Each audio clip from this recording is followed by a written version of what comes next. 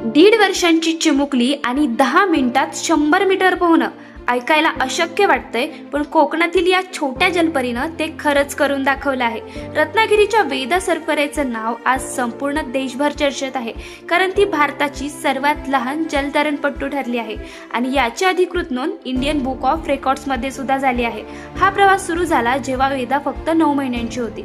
रत्नागिरीच्या शासकीय जलतरण तलावात तिच्या आई वडिलांनी तिला पहिल्यांदा पाण्यात उतरवलं. पहिल्या दिवसापासूनच तिचं पाण्यावरचं नैसर्गिक नियंत्रण पाहून कोणीही थक्क व्हावं. नुसतं पोहणंच नाही तर तिनं नियमित प्रशिक्षण घेतलं.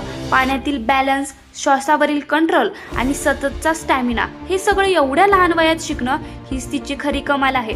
आणि मग आला तो दिवस जेव्हा वेदा फक्त 1.5 वर्षांची असताना तिने 10 मिनिटात 100 मीटर अंतर पूर्ण केलं. याच कामगिरीवर तिचं नाव विक्रमात नोंदवलं गेलं. अशा वयात जेव्हा मुलं चालताना देखील तोल सांभाळत असतात, तेव्हा वेदानं संपूर्ण देशाला दाखवून दिलं की टॅलेंटला वयाचं बंधन नसतं.